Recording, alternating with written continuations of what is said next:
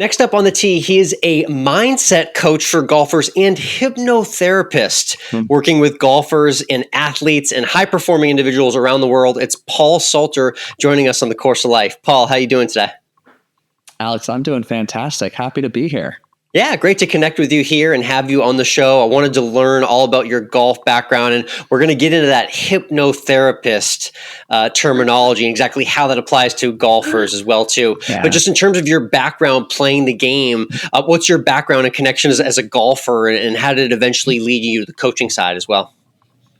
Yeah, so from a playing perspective, I grew up as a multi-sport athlete. I played football, basketball, lacrosse, tennis, golf.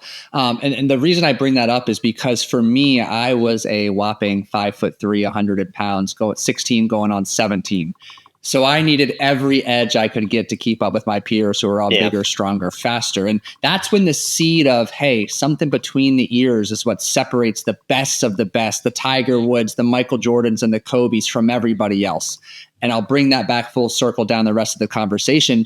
But I played golf for some reason. The local course where I grew up let teenagers play for free during the summer. To this day, nice. I don't know what their insurance always encourage is, that. That's great to hear. Yeah. So it was incredible. So I grew up there. We were in lessons and clinics. My dad put us in maybe 8, 9 years old. So I played for 6 or 7 years there. I was decent. I was maybe a bogey golfer with a couple teenage mulligans every round. I loved to play. But then life happened. You know, I as I was telling you before we hit record, I've lived in 8 different states. The golf clubs didn't travel for a while. There was actually a 16-year gap between picking up clubs once more. And so as you and I are talking today, I'm about, let me do some math here, 14 months back into my journey. I'm on a rapid quest to get my handicap back down to a 5. We're off to a terrific start. But a big gap in my personal playing experience so far. Interesting. Well, cool to have you kind of fully back into the golf space, which I know is always a refreshing and welcoming return for a lot of people who are coming back to the game after an extended layoff. And no matter how often people play here, whether you're listening for golf or sports purposes, the idea of a golf round is very taxing just because people know it takes a long time. It's a 4 or 5 hour engagement. And the idea is funny that you really only need to concentrate for a couple seconds at a time, but it's everything in between those swings that maybe makes the game so hard. What are those like kind of, mindsets and patterns that you see with golfers who struggle to, stay sharp for an entire day on the course? Because that's something that speaks to everyone that's listening right now. Oh man, we could have a 10-hour conversation on this for sure. But, really it's a combination of impatience, lack of focus. It is fear, apprehension, and timidness. It is the ability to truly disconnect from work, from personal life, and be present. It is the inability to practice and experience gratitude throughout a round, remembering like you're out in the middle of nature, more or less with great people, good friends. You should be really appreciative of that opportunity. So all of those, we could write a book about the importance and why they're so necessary to help everyone play to their best. But those are the big rocks I constantly find myself and my clients working on addressing to get them into that flow state, able to play to their potential. Well said indeed. Yeah. So we're going to touch on some of those down the road in this conversation and bring up some different golf scenarios and tools that you use in your coaching to give some pearls of wisdom to our golfing audience out there. But I did want to also ask about another aspect of your coaching and background, which is also a separate marathon of its own on the brain, which is poker. Tell me a little bit about just your background in poker. Yeah, so I started playing poker when I was 10 years old. And then in college, if you remember the online poker days when Full Tilt was a thing before the inevitable Black Friday. Yeah, I still vividly remember the screeching of my mother's voice when she found out I had been using my college money to play online poker. Oh gosh. Sorry, Mom. But so poker had been a big part of my life. And kind of similarly, when I'm very passionate about what I do, coaching, and my career took precedence over everything. So poker took a back burner for about 5 years. And funny enough, I was following my wife down a couple hours. We lived in Flagstaff, Arizona to Scottsdale. She's working on her doctorate program. and there's a casino nearby. Like, hey, I'll join you for the weekend. And it was just falling in love all over again. And the next thing you know, I'm studying 25 hours a week. I'm playing 30 hours a week. I'm hiring the coaches, taking the courses. And this was about 10 years into my coaching career. And I was like, it's now or never. I've got to go all in. So I had the coaches, I had the commitment. I'm treating it like a business. But about 6 months in, I feel like I'm doing everything correct, yet still lighting money on fire. So I reached a crossroad. It's either I stop or I do something different. So I hired a mindset coach. She happened to be a hypnotherapist. And in a very short amount of time, suddenly I found myself playing for significantly higher stakes and making significantly more money than I ever imagined. And that was a wonderful 2-year chapter of my life. That's fascinating because that's part of that full circle come back to golf as well too, through poker of all things. That mental marathon for people who maybe don't play a ton of poker. Explain that mental marathon in comparison with golf and poker. It can be an all day, all night thing where you're also having to stay sharp for that entire time. How does that infiltrate your coaching currently? Absolutely. So there's two big types of poker in terms of Texas No Limit Hold'em. There's cash games and there's tournament play. Yeah. Tournament play, depending on the size of the field, you might play 8, 12, 15, 20 hours before you even make the money. So that just screams mental commitment, grind, exhaustion. And then similarly, the best cash games, more often than not, don't really start till 8, 9 o'clock at night. It's not a 9 to 5 job. You got to work the 9 to 5 and then find that energy to be incredibly sharp, present, and aware to pick up on all these subtle cues and patterns and habits of your table mates to be able to earn the money you sat down to be there for. Yeah, well put. I remember my days of watching like the poker on TV and the marathon events, and you see the guys getting massages like an hour 9 at the table, just grinding it out all night to try and make the money. Those are images that lots of people remember from seeing the poker boom, which still exists to this day. And content in that space has taken off as well too. So it's an interesting background. I'm curious, any notable players that you ever played in these cash games with or tournaments? I couldn't tell you off the top of my head at this point, but I'm sure there were plenty. I played in some pretty big cash games, and there were some people there who made a hell of a lot more money than me, and I thought I made a decent amount of money. So I'm sure they were there. Were you a Vegas guy? Did you go all over for these games, or how did that work for you logistically when you were playing? Yeah, so I lived in Flagstaff for the majority of that chapter of life, which is only about a 3.5 hour drive from Vegas, or a couple hours from Talking Stick Resort in Scottsdale. So that was kind of my home. We had friends in Vegas, so I'd travel down there, have a couch to crash on. So I lived at the Aria, a lot of time at the Aria. Interesting. Okay. Very cool era there from Paul Salter.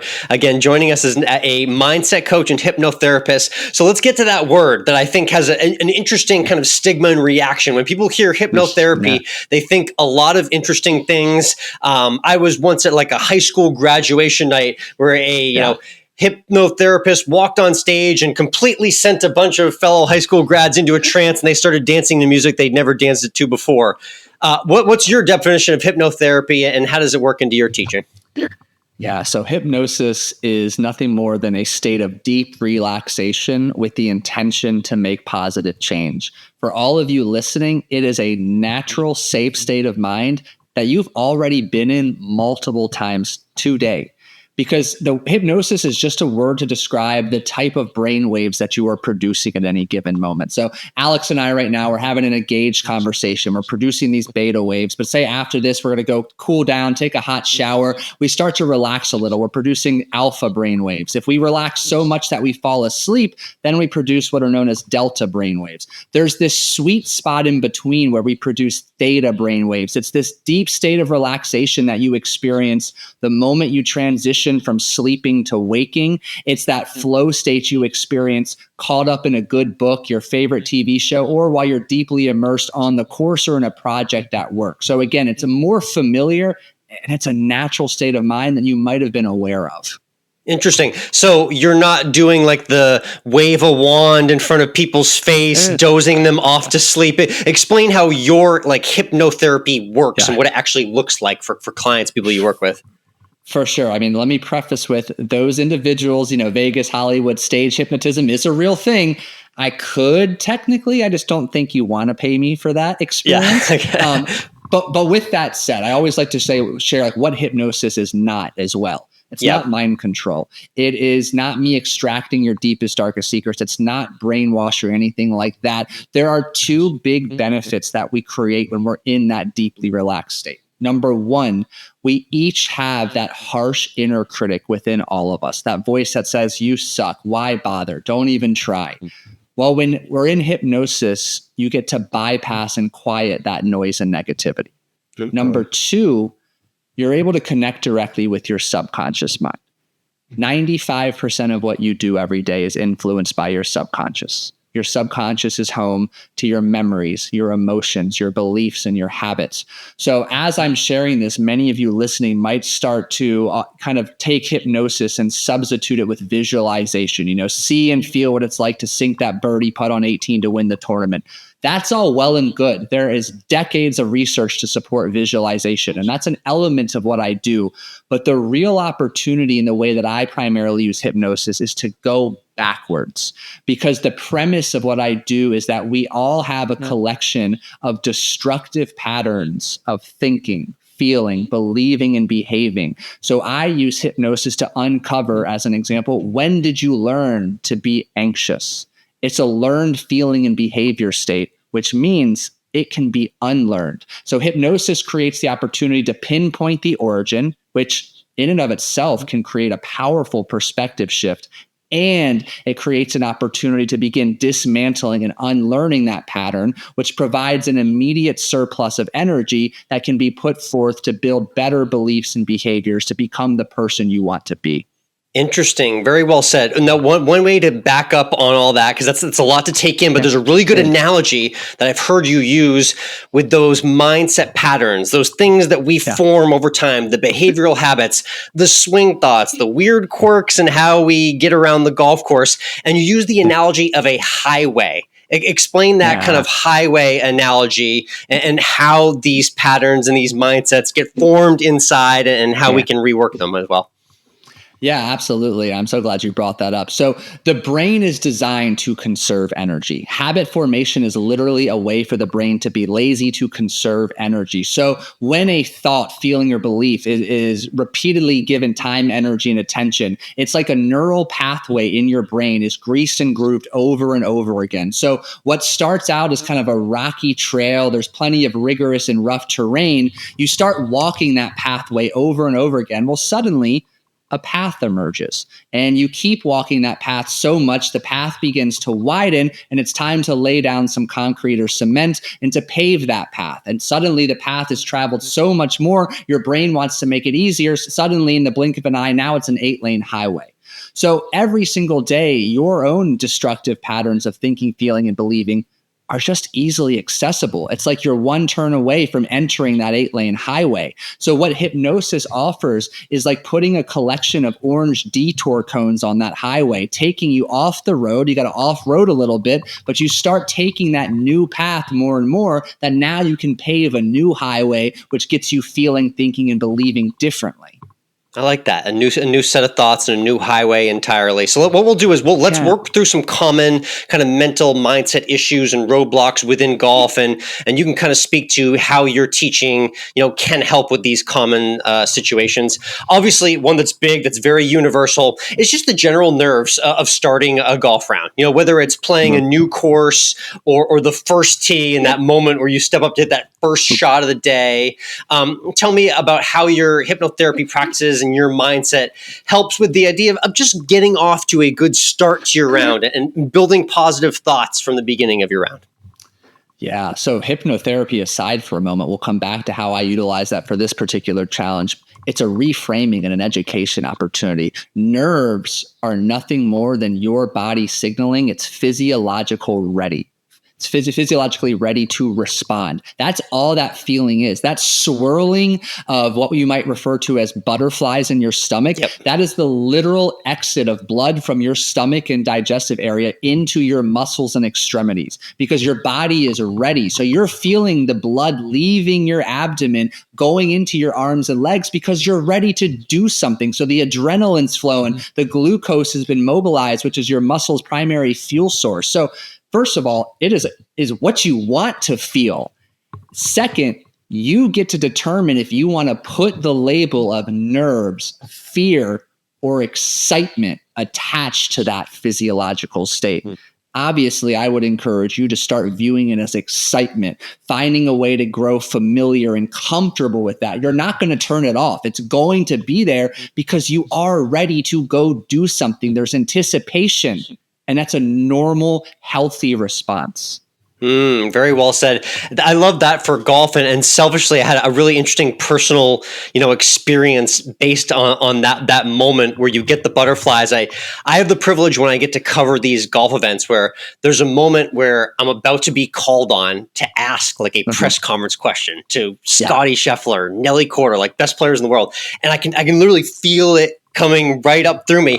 And I've actually gotten in a habit recently of saying to myself, when I feel that feeling right before it's my moment, say, this is the exact feeling that you've wanted. This is what you've been chasing. I said it to, I was like, this is great. It's great that I'm feeling this right now because I want this. This is the thing I've been searching and going after with the content I do. So I'm trying to kind of reframe it into the nerves, into positivity for moments like that too. Yeah, one of my mentors once said, like, that's the feeling of being alive. Exactly what you alluded to. Like, that's what you've worked so hard for. This is what you dream about Monday through Friday. And now it's Saturday. It's your 7:30 tea time. Like, you're ready. Yeah, I love that. Awesome. Yeah. Great perspective there, And Paul.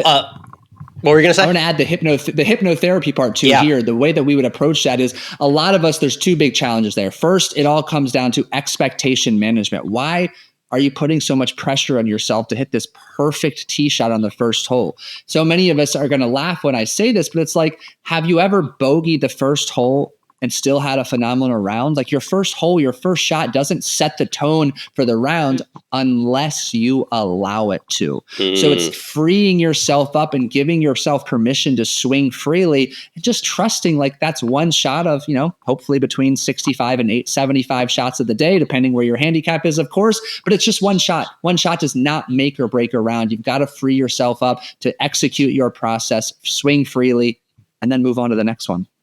Nice. Here's a universal spot in the golf course that everyone knows out there. And it's the idea of like knowing where you stand and where your round is. I have this ongoing beef with a buddy of mine who loves to like constantly say where his score's at, is like very, very meticulously tracking his score at every single moment. And I try and exit that as much as I can. You hear about the pros who either love watching the leaderboards or don't watch any of them. Kind of where do you stand on that idea of keeping track of how you're doing? And I feel like there's a certain freeness and looseness to when I try not to think about my score. But how do you work that in your teachings? Yeah, well, I can tell you personally, like I don't even total my score till I'm done. So like at 9 at the turn, I don't even total my score. I'm like you. I like to be as detached as possible. I'll give all credit to Dr. Joseph Perrin. This is who I got this from when he was on my podcast. He talks about this concept of time traveling. And all of us, if we play enough golf, we have a loose idea of where we're at after 4 holes, 8 holes, 12 holes. But that definitive knowing and really connecting to exactly where we are any given moment. If we're having a poor day, it's easy to time travel back to those poor shots and holes, which takes us out of the present moment. Or similarly, if we have a hot 9, suddenly we're daydreaming like, this is my low round opportunity. This is going to be my best round ever. And now we're so far in the future, we're not in the present moment, both of which rob us of the opportunity of executing the next shot at hand and playing to our potential. So I'm from the mindset of how can you disconnect and detach from it as much as possible, understanding there's going to be some minimal awareness throughout the round. Yeah, well said. My thing is I try and say like, I may have an idea of what my score is, but right now my focus is, and I remember like, what's the current shot I have to hit right now? Like I may be even par through 4, but like at this moment I have to hit a chip shot close to make par right now. So it's about that reframing, getting back to the present as fast as you can. And Dr. Joe says one other great thing I'd be remiss if I forget in adding is that whether you are, he uses this example, 3 over or 3 under with 3 holes to play, your objective is always the same: to put yourself in the best position possible while taking on as minimal risk as possible to make birdie. Period. That's always the objective, every single hole, regardless of your score. Love that. Great scenario output there from Paul Salter, who's joining us here. Not only is he a great mindset coach and hypnotherapist, which he walked us through there, but you're also deep in the podcast game like us. Tell us a little bit about the Scratch Golfers Mindset Podcast and what people can expect from that. Yeah, so every other week there's a rotation between me leading a solo episode, and then the other weeks it's bringing on some of the brightest minds in performance psychology, golf psychology. And something I take a lot of pride in is bringing people outside of just the normal golf space. I mean, the great minds in the golf mindset, not to be redundant, space in the podcast world are phenomenal. They're as great as they are for a reason. But me, myself, part of my story is being so far removed from golf for a long time. I feel like that's a competitive edge or advantage because I have a different perspective, and I like to bring on unique perspectives to get my listeners to think differently and, most importantly, deliver the actionable, tangible advice and action steps they need to actually apply the information they're listening to. Well said. Scratch Golfers Mindset Podcast. Check that out for sure. Here's a random question for you. If you could maybe work with a current, like let's say PGA Tour or LPGA Tour player, who are some of the world's best golfers that fascinate you from a golf mindset perspective, or just, golf mindsets that you admire that are at the top of their game right now? So 2 people who come to mind who I want to work with: Joel Dahlman and Shane Lowry. Yes. Shane, because I feel like Shane finds a way to snap victory from the jaws of defeat, or snap defeat from the jaws of victory, excuse me, almost ever. He's had a great year, but he's had some weird decisions, questionable 3 putts out of nowhere. And I feel like there's an emotional management improvement opportunity and a focus improvement opportunity. And then he's climbed the mountain too with Lowry. We've seen him at a very high level. Yeah, and then same with Joel. Joel is, I think Full Swing made everybody watching fall in love with him. His story, his whole thing with all he gives back is incredible. But him too, like choking a few months ago in that tournament. And I hate to use the word choking, but that's exactly what he did. Yeah, he said it. And he said it. You're right. I think I have so much admiration and respect for him. I feel like I could really get him over the edge, especially because he was so vulnerable in that season of Full Swing. Like he would just shut down at the idea of any type of whether therapy or mental coaching and assistance. And I know he's changed his stance since then. I have no idea what he's doing, but hey, I'd love to be that guy at some time for him. Yeah, there's that scene in the Full Swing season where Max Homa like literally just drags him aside the bars, like, bro, you're better than you think you are. Like you are like trying, like that's all I could offer. I'm sure you could offer something a little bit more helpful though.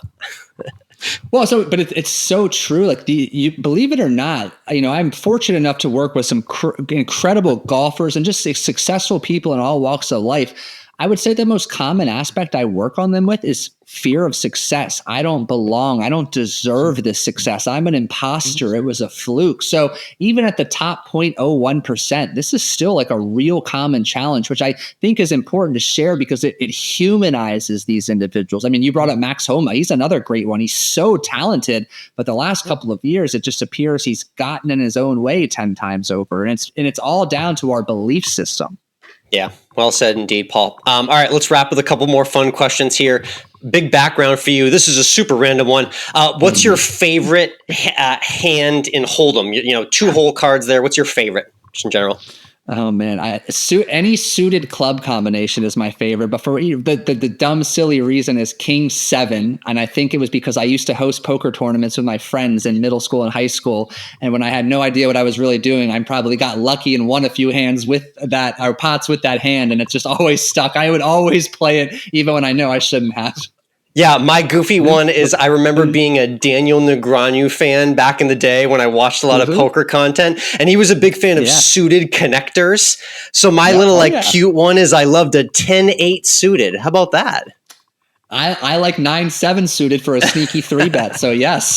That's how I know you're a real player. Is you said King 7 suited. That was the perfect answer right there. All right, let's get to some food talk too. I know you got some background in the Maryland, DC area. Before we hopped on, you said you're a big Commanders fan. I'm glad you guys found your quarterback. But what's the food from the area that people need to try if they ever get to that area? Oh, you got to go to Annapolis. You got to have a crab feast somewhere. The Maryland blue crab is the best of the best. Like, I don't order crabs anywhere else. Like, it's got to be Florida. The blue crab, you got to get a crab cake. There's so many places in downtown Annapolis right on the water. You can't go wrong there to have a wonderful experience and some damn good seafood. Now, I've spent some time in Southwest Florida a lot because of a family place. And I know the stone crab is big down there. Stone crab versus blue crab. Is that any comparison? Where do those compare to you? I mean, blue is top, number one, always. Stone crab's good, don't get me wrong. But blue crab's just got it's almost like a unique, subtle sweetness to it. And you add a little salt, vinegar too. It just goes a long way. Love that. Awesome. And we always wrap with our 19th hole question for you, Paul. So you get into your favorite clubhouse after a day on the course, and it's time for the 19th hole. What's your go-to meal and drink that you like to get? Oh, man. And so at my club, Tampa Palms, I mean, I always get the IPA that's on tap. That's a given. Just, it hits a little harder when you're slightly dehydrated after 18 rounds in the Florida heat. So that buzz comes on a little quicker, which is enjoyable. But they have had some phenomenal steak dishes lately. Hanger steaks. The chimichurri sauce that they're putting with these steaks is just incredible. Steak frites is something I order consistently there. Nice. Love that. Good combo indeed. Paul, thanks so much for hopping on the Course of Life. Again, it's the Scratch Golfer's Mindset. You can check out Paul on Instagram and the socials as well, too. Thanks for being part of the show, and we'll see you down the road. Thank you so much for having me, Alex.